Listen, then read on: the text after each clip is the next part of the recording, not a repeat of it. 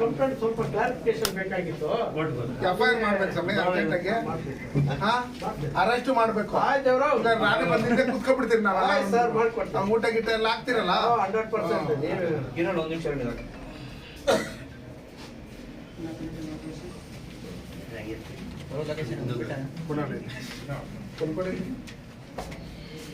ಈ ಪ್ರಕಾರ ಏನು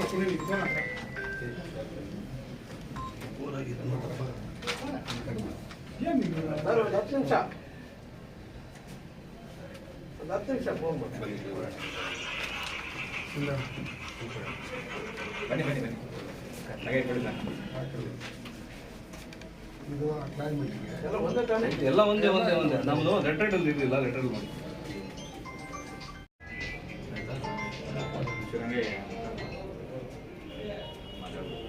ಮಾತಾಡ್ಲಾ? ಏನು ನಿನ್ನೆ ಒಂದು ನಿಮಿಷ ಹೇಳ್ಬಿಡ್ತೀನಿ.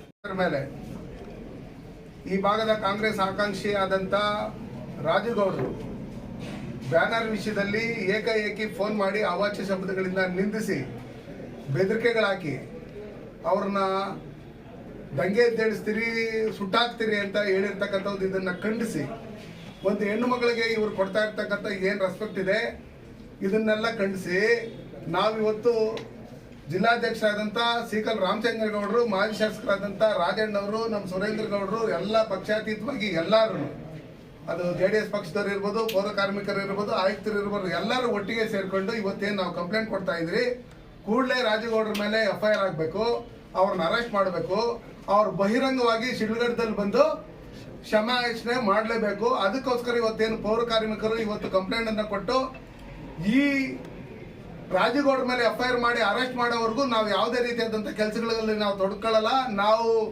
ಯಾವುದೇ ರೀತಿಯಾದಂಥ ಸ್ವಚ್ಛತಾ ಕಾರ್ಯಕ್ರಮದಲ್ಲಿ ನಾವು ತೊಡ್ಕೊಳ್ಳಲ್ಲ ಅಂತ ಹೇಳ್ಬಿಟ್ಟು ಏನು ಹೇಳಿದ್ದಾರೆ. ಅದಕ್ಕೋಸ್ಕರ ಅವ್ರಿಗೆ ಬೆಂಬಲ ವ್ಯಕ್ತಪಡಿಸಿ ನಾವು ಭಾರತೀಯ ಜನತಾ ಪಾರ್ಟಿ ವತಿಯಿಂದ ಇವತ್ತು ನಾವು NDA ವತಿಯಿಂದ ನಾವು ಕಂಪ್ಲೇಂಟ್ ಅನ್ನು ಕೊಡ್ತಾ ಇದ್ರಿ. ಕೂಡಲೇ ಅವ್ರ ಮೇಲೆ FIR ಮಾಡಬೇಕಂತ ಹೇಳಿ ಠಾಣಾ ಅಧಿಕಾರಿಗಳಾದಂಥ ವೇಣುಗೋಪಾಲ್ ಅವರಲ್ಲಿ ನಾವು ಮನವಿ ಮಾಡ್ಕೊಂತ ಇದ್ದೀವಿ. Thank you sir. ಕಾನೂನು ಮಾಡಬೇಕು ಅದನ್ನು ಶಾಸಕರಿಗೆ